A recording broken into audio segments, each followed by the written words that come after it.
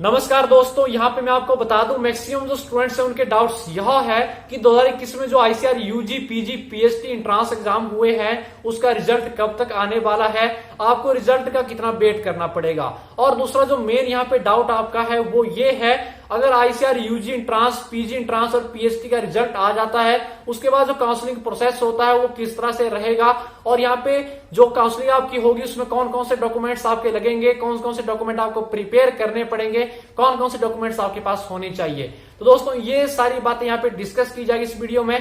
तो दोस्तों ये वीडियो आपके लिए इंपॉर्टेंट है, बेनिफिशियल है, तो वीडियो में एंड तक जरूर बने रहिएगा।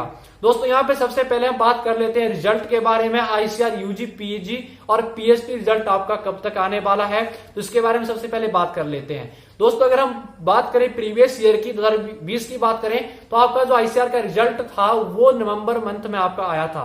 अगर हम इस बार की बात करें, यहाँ पे जो आईसीआर की जो फाइनल आंसर की है वो अभी नहीं रिलीज हुई है।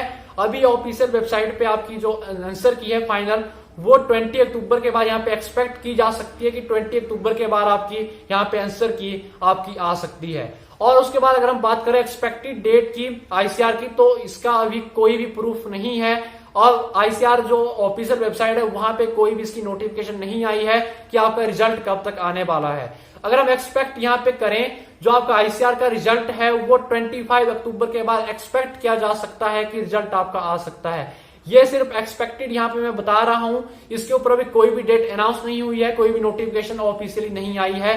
तो यहाँ पे जो एक्सपेक्टेड आपका लग रहा है वो 25 अक्टूबर के बाद आपका आईसीआर का यहाँ पे रिजल्ट आ सकता है। अगर हम दूसरा यहाँ पे बात करें, जैसे आपका रिजल्ट आपका आता है आईसीआर का, उसके बाद जो आपका काउंसलिंग प्रोसेस होगा किस तरह से होगा, तो दोस्तों मैं आपको बता दूं इसी चैनल पे आपको यहाँ पे बताया जाएगा कि काउंसलिंग किस तरह से आपको फॉर्म फिल करना है, क्या प्रोसेस रहेगा, तो सारी बातें आपको इसी चैनल पे यहाँ पे बताई जाएगी। तो दोस्तों चैनल को सब्सक्राइब जरूर कीजिए। और इसके बाद अगर हम बात करें डॉक्यूमेंटेशन की, तो मेन यहाँ पे जो रोल होता है आईसीआर एग्जाम में, जो काउंसलिंग में रोल होता है वो होता है आपके डॉक्यूमेंटेशन का, यानी कि आपके डॉक्यूमेंट ही वहां पे अच्छे से चेक किए जाते हैं। दोस्तों आपको यहाँ पे डॉक्यूमेंट बिल्कुल प्रिपेयर करने पड़ेंगे। तो यहाँ पे अगर हम बात करें डॉक्यूमेंटेशन की, तो यहाँ पे जो आपके पास डॉक्यूमेंट होने चाहिए वो आपके पास होने चाहिए। यहाँ पे जो आपका प्रूफ ऑफ डीओबी यानी कि डेट ऑफ बर्थ का जो आपका प्रूफ है वो आपके पास होना चाहिए, जो आपका कहां से मिलेगा, वो आपका पंचायत से मिलता है। अगर हम इसके बाद बात करें यहाँ पे, अगर आपके पास प्रूफ ऑफ डीओबी नहीं है तो आपका यहाँ पे जो 10th मार्कशीट है वो भी आपका यहाँ पे लग जाता है। यानी कि अगर हम प्रूफ ऑफ डीओबी की बात करें, डेट ऑफ बर्थ की बात करें, उसको बोला जाता है बर्थ सर्टिफिकेट यानी कि जन्म प्रमाण पत्र भी बोला जाता है। ये आपका पंचायत से मिलता है। और दूसरा, अगर ये आपके पास नहीं है तो 10th की मार्कशीट अगर आपके पास है वो भी यहाँ पे आपकी वैलिड है, लग जाती है। इसके बाद अगर हम बात करें दूसरे डॉक्यूमेंट की बात करें, तो यहाँ पे आपका जो दूसरा डॉक्यूमेंट आपके पास होना चाहिए वो 10th की मार्कशीट यानी कि 10th का सर्टिफिकेट आपका होना चाहिए। और इसके बाद थर्ड नंबर पे आपके पास होना चाहिए 12th का सर्टिफिकेट यानी कि 12वीं कक्षा का आपके पास यहाँ पे सर्टिफिकेट आपके पास होना चाहिए।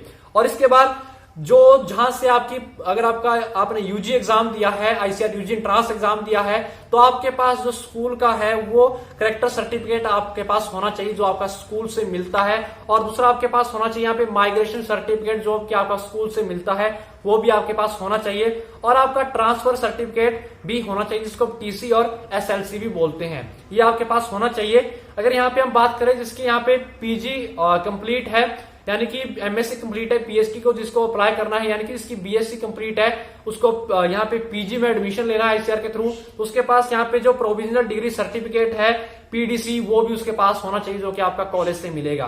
तो ये आपके पास यहाँ पे डॉक्यूमेंटेशन होने चाहिए। और इसके बाद आप नोट डाउन कीजिए, आधार कार्ड आपके पास होना चाहिए।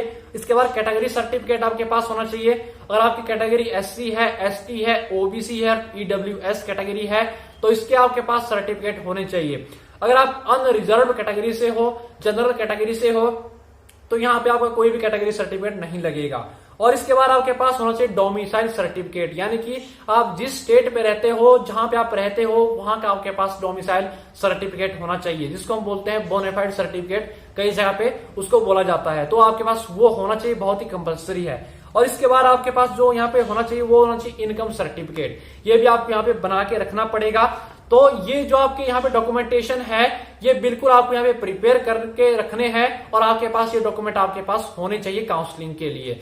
तो यहाँ पे फिर से सुनिएगा, आपके पास जो डॉक्यूमेंट्स होने चाहिए वो होने चाहिए प्रूफ ऑफ डीओबी यानी कि बर्थ सर्टिफिकेट आपके पास होना चाहिए, और 10th मार्कशीट आपके पास होनी चाहिए, 12th की मार्कशीट आपके पास होनी चाहिए, करेक्टर सर्टिफिकेट जो आपका स्कूल से मिलेगा वो आपके पास होना चाहिए, आपके पास माइग्रेशन सर्टिफिकेट होना चाहिए, आपके पास ट्रांसफर सर्टिफिकेट होना चाहिए, आधार कार्ड आपके पास होना चाहिए, कैटेगरी सर्टिफिकेट आपके पास होना चाहिए। अगर आपकी कैटेगरी एससी है, एसटी है, ओबीसी है और ईडब्ल्यूएस कैटेगरी है तो वो सर्टिफिकेट आपका उसका आपके पास होना चाहिए। अगर आप अनरिजर्व्ड कैटेगरी से हो यानी कि आप जनरल कैटेगरी से हो तो आपका कोई भी यहाँ पे कैटेगरी सर्टिफिकेट आपका नहीं लगेगा। और आपके पास डोमिसाइल सर्टिफिकेट होना चाहिए, जिस स्टेट के आप रहने वाले हो, जहां के आप रहने वाले हो तो उसका आपके पास डोमिसाइल यानी कि बोनाफाइड सर्टिफिकेट आपका होना चाहिए आपके पास, जो कि आपकी तहसील से बनता है। और आपके पास इनकम सर्टिफिकेट आपके पास होना चाहिए। तो जल्दी से जो ये सर्टिफिकेट है इनको आप डॉक्यूमेंट्स को बिल्कुल अपने पास प्रिपेयर रखिए। तो यहाँ पे जो प्रोविजनल डिग्री सर्टिफिकेट है वो भी आपके पास होना चाहिए। और इसके बाद अगर हम बात करें, अगर आपके पास यहाँ पे अगर आपने गैप दिया है, अगर जैसे कि अगर आपकी +2 कंप्लीट हुई है, आपकी +2 यहाँ पे 2019 में कंप्लीट हुई है, आपके पास 1 ईयर का गैप है तो उसका आपका एक गैप सर्टिफिकेट आपके पास होना चाहिए जो कि आपकी तहसील से बनेगा, वो भी आपके पास होना चाहिए। अगर आपका आपने पीजी एग्जाम दिया है, उसके बाद अगर आपने बीएससी के बाद 1 साल का या 2 साल का अगर आपने गैप लिया है, जो चीज आपने की है वो चीज आपको यहाँ पे लिख के देनी पड़ेगी, आपके पास गैप सर्टिफिकेट आपके पास होना चाहिए। तो ये जो डॉक्यूमेंटेशन है ये बहुत कंपलसरी है। और यहाँ पे जो आपका डाउट्स था वो आईसीआर रिजल्ट को लेके वो भी मैंने आपको यहाँ पे बता दिया। एक्सपेक्टेड डेट यहाँ पे बता दी कि 25 अक्टूबर के बाद आपका रिजल्ट यहाँ पे आ सकता है, बट एक्सपेक्टेड ये बता रहा हूं, एग्जैक्ट इसका अभी कोई भी पता नहीं है कि आपका रिजल्ट कब तक आएगा। तो यहाँ पे जो डॉक्यूमेंटेशन है इनको जल्दी से आप बिल्कुल प्रिपेयर कीजिए, आपके पास ये डॉक्यूमेंटेशन होने चाहिए और इसकी ओरिजिनल कॉपी आपके पास होनी चाहिए और विद डुप्लीकेट कॉपी आपके पास इसकी होनी चाहिए। तो दोस्तों इस वीडियो में इतना ही, बाकी जो भी यहाँ पे प्रोसेस रहेगा, काउंसलिंग का प्रोसेस रहेगा, आपकी बिल्कुल हेल्प की जाएगी। आप जरूर इस चैनल को सब्सक्राइब कीजिए। और दूसरा हमारा व्हाट्सएप ग्रुप बना है, टेलीग्राम ग्रुप बना है, वहां पे आप जल्दी से ज्वाइन हो जाइए। अगर कोई आपका डाउट्स हो, कोई भी कंफ्यूजन हो डॉक्यूमेंट को लेके या भी काउंसलिंग को लेके, तो आप जल्दी से इंस्टाग्राम लिंक डिस्क्रिप्शन पे देख रखा है, आप इंस्टाग्राम पे मुझे फॉलो कीजिए, वहां पे जल्दी से आपको रिप्लाई मिल जाते हैं। आप वहां पे मुझे क्वेश्चन पूछ सकते हो, आपको जल्दी से वहां पे रिप्लाई मिल जाते हैं। इसी के साथ आगे हो गया आपसे।